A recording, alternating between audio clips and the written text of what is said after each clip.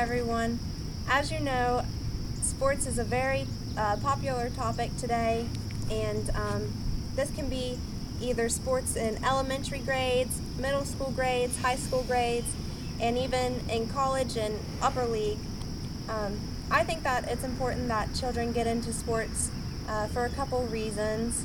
Those reasons being it gives them something to do, it keeps them out of trouble, keeps them physically fit, and also whenever they get into middle school and high school and even in college, they have to maintain a certain GPA and certain grades to be able to stay on the team, which would make them have good grades.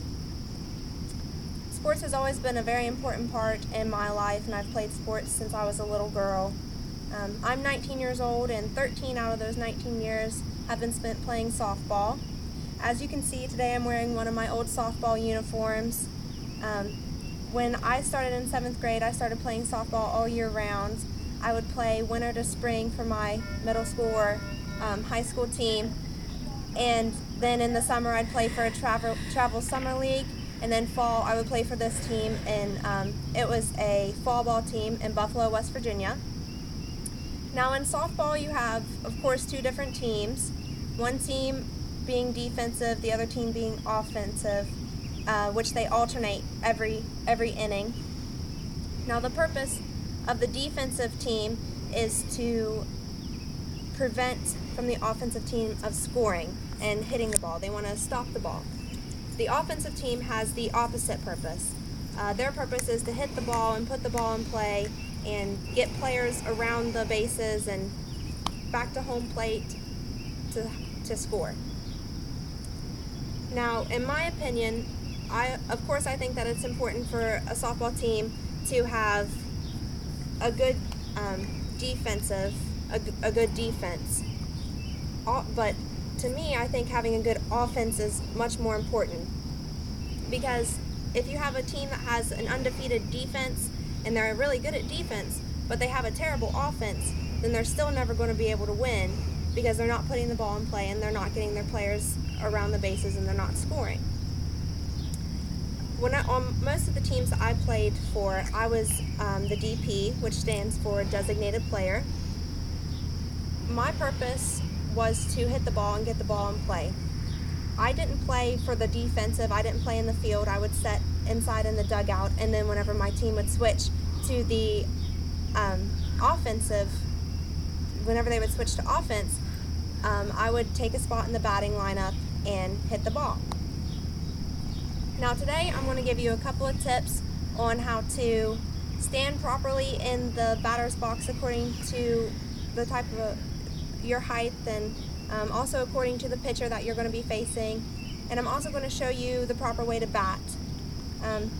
First, you need to know how to stand in the batter's box.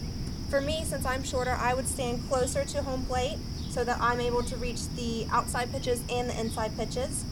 Now, of course, if you're taller, you're going to need to back up a little bit so that you'll be able to get the inside pitches, and you'll still have a good chance of hitting the ball.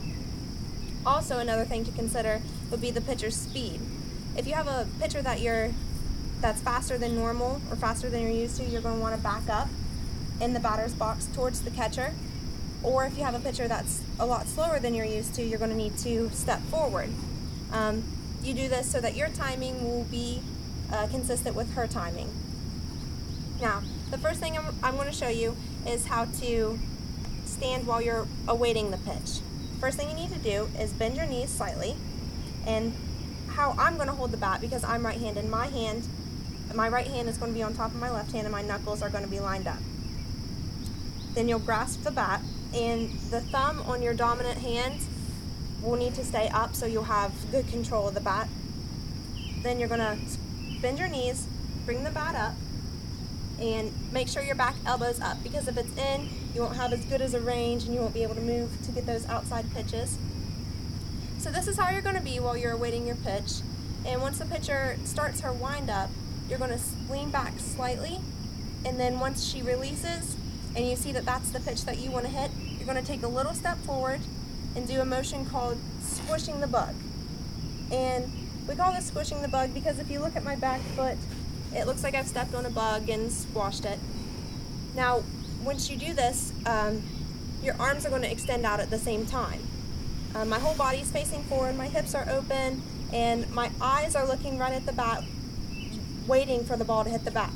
I should actually be able to see my bat hit the ball. Once you've done this, you're going to need to continue your swing out and release. That's where you get most of your power. Now I hope me showing you this today has shown you why I had such a passion for softball, and that it's also inspired you to maybe try softball or just have fun with softball. But I'd like to thank everybody for coming out today, and have a good evening.